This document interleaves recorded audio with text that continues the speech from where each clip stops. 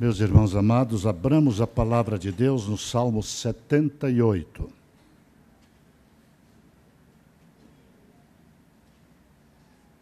Salmo 78.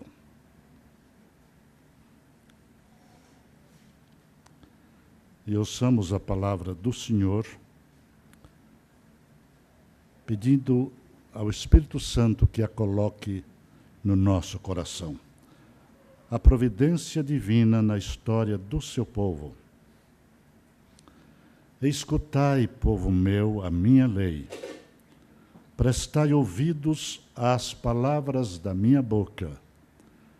Abrirei os lábios em parábolas e publicarei enigmas dos tempos antigos. O que ouvimos e aprendemos, o que nos contaram nossos pais, não o encobriremos a seus filhos. Contaremos à vindoura geração os louvores do Senhor e o seu poder e as maravilhas que fez. Ele estabeleceu um testemunho em Jacó e instituiu uma lei em Israel e ordenou a nossos pais que os transmitissem a seus filhos, a fim de que a nova geração os conhecesse.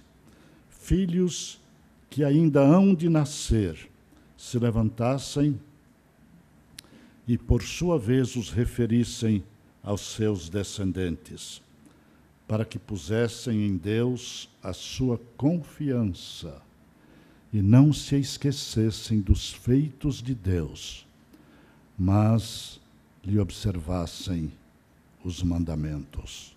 Amém. Ó Deus amado, esta é a tua palavra que está diante de nós, que tu as coloques, ó Pai, em nosso coração, os corações sensíveis, abertos, receptivos do teu povo que aqui se encontra, ó Deus. Que teu Espírito Santo, nesta hora, nos traga unção, poder, graça, disposição interior, física, mental, emocional, para que a tua palavra seja proclamada com autoridade vinda dos céus, para serem agasalhadas nos corações e postas em prática no diuturno da vida dos teus filhos e filhas. Esta é a nossa oração, no nome de Jesus. Amém. Meus queridos, minhas queridas, o Salmo 78, que acabamos de ler parte dele, é um dos 4 hinos nacionais de Israel. Os outros são Salmo 105, Salmo 106, Salmo 136. O tema central deste salmo, como acabamos de ouvir, é a gratidão a Deus pelos seus feitos poderosos lá no passado. É também a experiência de libertação do povo de Israel da escravidão no Egito.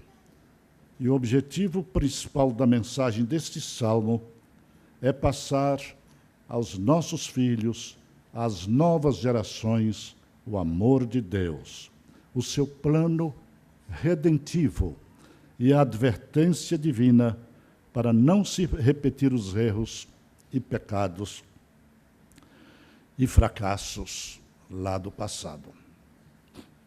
A libertação do cativeiro, lá atrás, é sem dúvida alguma, queridos, um símbolo autêntico de nossa libertação espiritual em Cristo Jesus. E é esta verdade que deve ser passada aos nossos filhos, aos nossos descendentes, para que ela fique bem impregnada em seus corações e possa ser posta em prática cada dia de sua caminhada terrena. E assim possam essas verdades formar o caráter dos nossos filhos, dos nossos netos, dos nossos bisnetos e de nossa descendência. E eu quero destacar aqui nesse texto tão curto alguns verbos muito fortes e expressões muito diretas do coração de Deus para o nosso coração. E a primeira delas é: escutai, povo meu. São verdades para serem escutadas, não apenas ouvidas e esquecidas, mas escutadas, quer dizer, guardadas do coração, para jamais delas nos esquecermos. Outra expressão que tem aqui: prestai ouvidos, prestai atenção. E outra: abrirei os meus lábios em parábolas. Para que pudessem ser compreendidas essas verdades pelos pais, pelos filhos e por todos. Parábola é uma forma figurada de nós aprendermos a verdade de Deus com mais facilidade. Outra expressão: o que ouvimos e aprendemos, e o que nos contaram nossos pais. Ouvir, aprender, porque eles nos contaram, para que elas fiquem agasalhadas no nosso coração. E outra expressão: não o encobriremos a seus filhos. Contaremos à geração vindoura as maravilhas que fez. Não esquecer é observar, é cumprir, é pôr em prática. Meus irmãos, a gente pergunta: com que propósito toda essa insistência de Deus na sua palavra, através do escritor inspirado? Para que ponham em Deus a sua confiança. O próprio Salmo responde. É para que nós, pais, avós, bisavós, e os nossos filhos e descendentes possam pôr em Deus a sua confiança, e não no mundo, e não nos ídolos, e não nos homens, e não nas coisas aqui da terra, mas em Deus é que deve estar a nossa confiança e a confiança de nossos filhos e nossa descendência, para que esses filhos e esses descendentes sejam alcançados pela palavra de Deus. Para que isso aconteça, queridos, é preciso que nós atenhamos nossa atenção, nossa vontade, nosso coração para estas verdades. Em primeiro lugar, escutar a voz de Deus. Por que essa insistência, queridos, escutar a voz de Deus? É porque desde lá do passado e hoje no presente, muitos pais têm preferido escutar a voz do mundo, a voz dos homens, a voz dos filósofos, a voz dos políticos, do que a voz de Deus. E a voz de Deus que nós temos que guardar no nosso coração, para que ela possa ecoar no coração dos nossos filhos e descendentes. O Senhor diz através de João, lá no Apocalipse 1, verso 3, felizes são aqueles que leem, que ouvem e que guardam a palavra de Deus. É preciso ouvir, é preciso guardar no coração para pôr em prática. E esta palavra, quando é lida por nós neste livro sagrado, deve ser lida com oração, pedindo a Deus para clarear, para esclarecer, para iluminar os nossos corações, a fim de que compreendamos os seus propósitos para a nossa vida e para a vida daqueles que estão ao nosso derredor. Em segundo lugar, nós somos questionados aqui, queridos, a falarmos sobre o amor de Deus. O mundo não tem amor para oferecer. Amor do mundo é amor humano, é amor egoísta, é amor fundamentado em prazeres, em coisas que passam. Mas o amor de Deus é eterno, é incondicional, é permanente nos nossos corações, quando nós os abrimos de par em par, para recebermos a sua palavra e a sua revelação. Abrirei os lábios em parábolas e publicarei essas verdades. É bom nos lembrarmos de Josué quando substituiu a Moisés e Deus o confrontou, dizendo como primeiras palavras: não cesses de falar deste livro da lei. Antes, medita nele, de dia e de noite, para que possas fazer tudo, sobre tudo quanto nele está escrito, e serás bem-sucedido.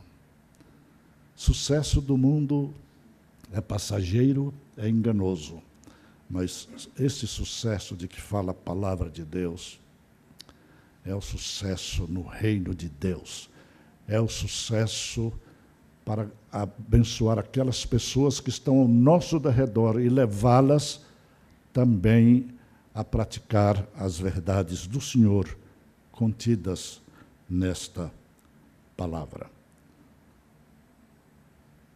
E nós precisamos de fazer isso, queridos, de uma forma, às vezes, figurada, parabólica para os nossos filhos.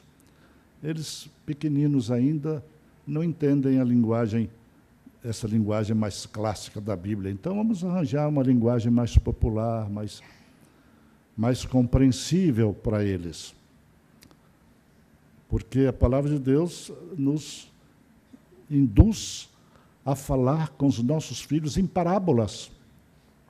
Jesus sempre falava em figuras, por parábolas, para que as pessoas pudessem entender o que ele estava ensinando.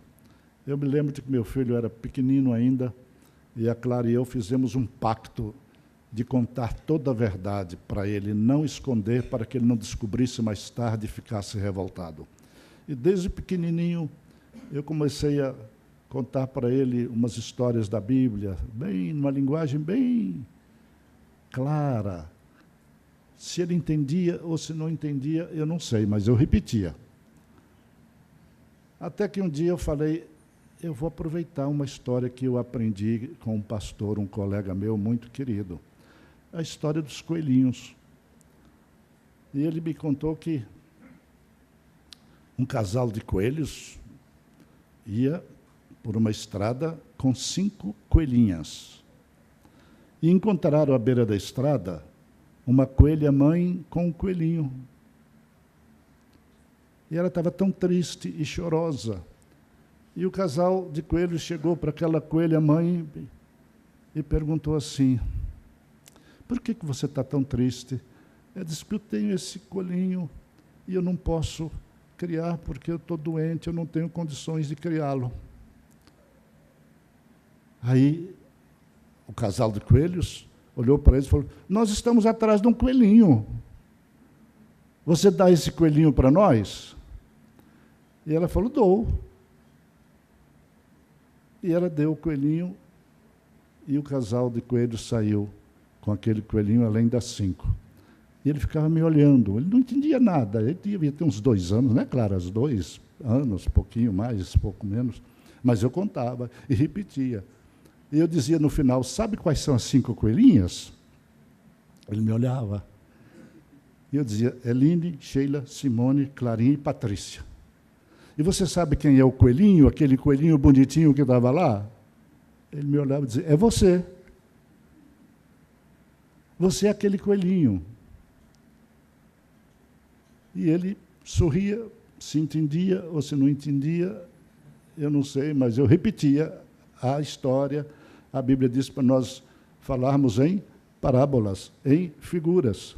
Até que ele cresceu, estudava no Mackenzie, começou a aprender as coisas, e chegou para mim um dia: pai, eu quero saber quem é a minha mãe biológica. Eu falei: agora empreteceu o negócio. E eu disse: filho, eu não sei. Você sabe que o pai e a mãe sempre falaram para você toda a verdade. E você não vai ouvir jamais mentira de nossa boca. Eu não sei. Mas o dia que nós soubermos, eu vou levar você lá para conhecer a sua mãe biológica. E tem mais. Se você quiser ficar com ela e ela quiser ficar com você, você vai ficar. Sua mãe e eu vamos sofrer muito, vamos chorar muito, mas sua vontade será feita, você ficará com a sua mãe biológica. Aí ele baixava a cabeça, não respondia nada e ficava por isso mesmo.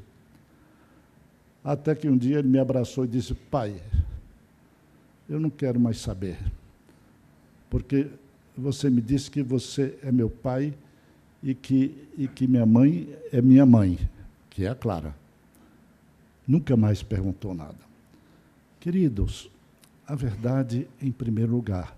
Os pais que criam filhos adotivos e não contam a verdade desde pequenos, criam problemas enormes para a cabecinha e o coração deles e para eles próprios. A Bíblia nos impulsiona, a Bíblia nos induz, a Bíblia vem como imperativo para nós, ao nosso coração, para que contemos sempre a verdade, mesmo que seja em parábolas. Não encobrir aos filhos o que ouviu e aprendeu do Senhor. Não encobrir. O verso 3 e 4 diz assim: o que ouvimos e aprendemos, o que nos contaram nossos pais, não o encobriremos a seus filhos. Contaremos à vindoura geração os louvores do Senhor e o seu poder e as maravilhas que fez. Amém, queridos? Então, nós temos recebido irmãos desde o passado aqui na igreja e hoje também. A igreja está crescendo sempre, vindo gente que frequentava antes, deixou de frequentar, e sabem por que eles estão vindo? E dizem para os pastores: nós estamos vindo porque nós queremos que os nossos filhos continuem sendo ensinados na palavra de Deus aqui nesta escola dominical.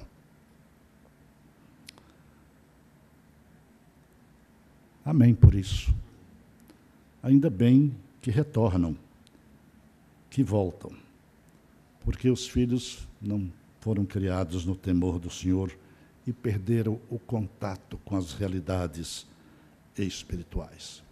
Temos que encorajar os irmãos a remirem o tempo na salvação de seus filhos, para que eles andem nos caminhos do Senhor. E o propósito final, queridos, é para que eles confiem no Senhor, entreguem sua vida ao Senhor, caminhem junto com o Senhor, para quando surgirem as borrascas da vida, eles estejam bem adestrados, bem preparados e cheios do poder de Deus para superar todos os obstáculos dessa caminhada terrena.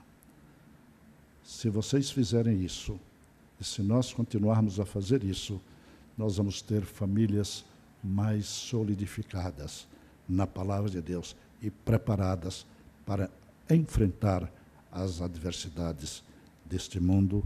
Que Deus nos abençoe. Amém.